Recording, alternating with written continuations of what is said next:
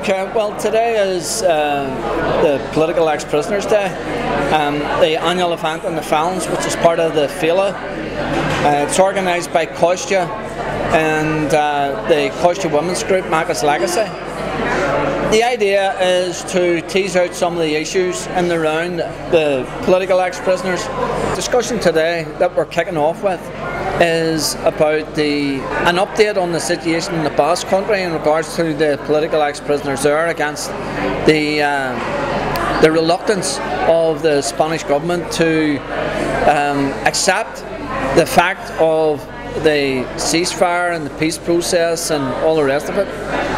And hopefully it will engender some sort of better understanding amongst people from our community about the difficulties that they are having there, and hopefully it will encourage plenty of debate and plenty of involvement of some of the people here today. First of all, I would like to say that I'm delighted of being here in the Former Prisoners' Day in Felons, and it's always a pleasure to be among comrades here in Ireland, in Belfast, during the festival time. I've been here with a comrade of mine, a former prisoner that has been in jail for more than 20 years, and the purpose of the visit and the purpose of the today conference was to highlight basically the situation prisoners are living in the Basque country, basically to highlight the humanitarian situation they are living, dispersed all over Spanish jails, violating the basic human rights and the European Convention on Human Rights on prisoners by the Spanish government. So that was basically the point, just to stress the situation prisoners are living and the hard conditions they are living, and to ask for solidarity, solidarity that always we have received from our comrades in Ireland. So for us, the key issue, as I have stressed during the conference, is to highlight to the Irish people to the vast majority of the Irish people, the humanitarian situation prisoners are living. In the last 4 years, we are living a situation of trying to develop a peace process. ETA ended the army campaign in 2011, but still the Spanish government continues having a hard policy against prisoners, and they are using the prisoners as a hostage to blockade the peace process. Prisoners should be part of the peace process. Prisoners should be involved in the peace process, but to be involved in the peace process, to be active on the peace process, they should be home, close to home, so that they can interact with the Basque society developing the peace process. Nowadays, today, they are dispersed, they are in solitary confinement, and so it's very difficult to them to participate on the peace process that we are trying to develop. So for us, it's very important if the Republican movement, the Sinn Féin, and all our comrades here could highlight these issues, could highlight the humanitarian situation prisoners are living in the Basque country, which is not helping to develop the peace process in our country.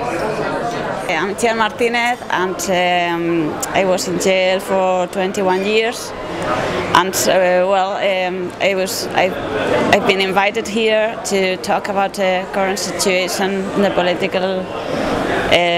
political situation in the Basque country, and to talk about about the political prisoners.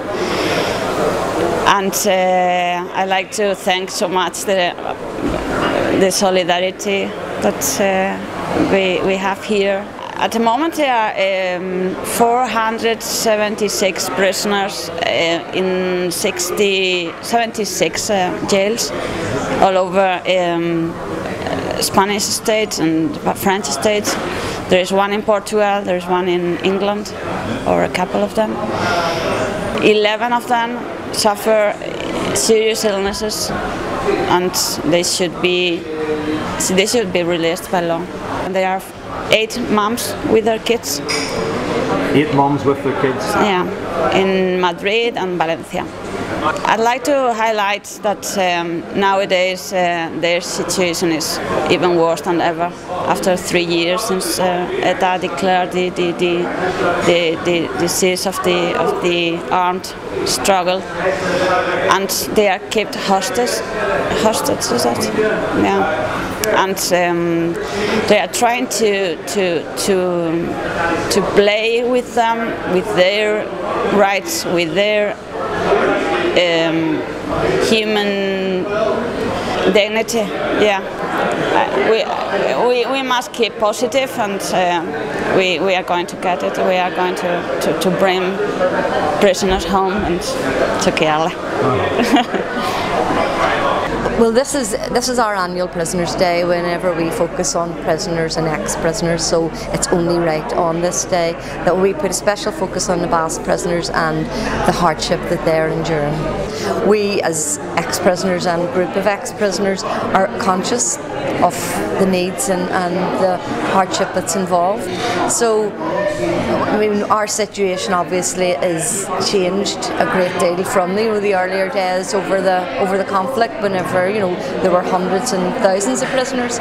So we've had our prison struggles, and we have gained from that.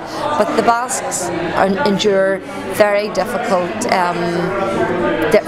conditions. They get very long sentences. They have to spend like decades in prison, and the most difficult thing that they have to endure is the fact that they are so far away from their families. They're like thousands of miles away. So whereas the majority of Republicans spent their jail years close to home, and some of our it makes a difference whenever you can have visits from your family. It makes it easier for everybody, and we know too how difficult it was for our prisoners who were in England and America and in Europe, and the hardship involved in that. And we had all those battles to repatriate people who were in prisons far from home.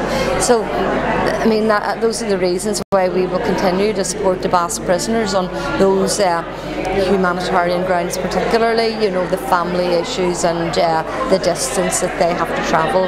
So we will always support them, and we will always highlight those issues that makes prison much more difficult than what it needs to be.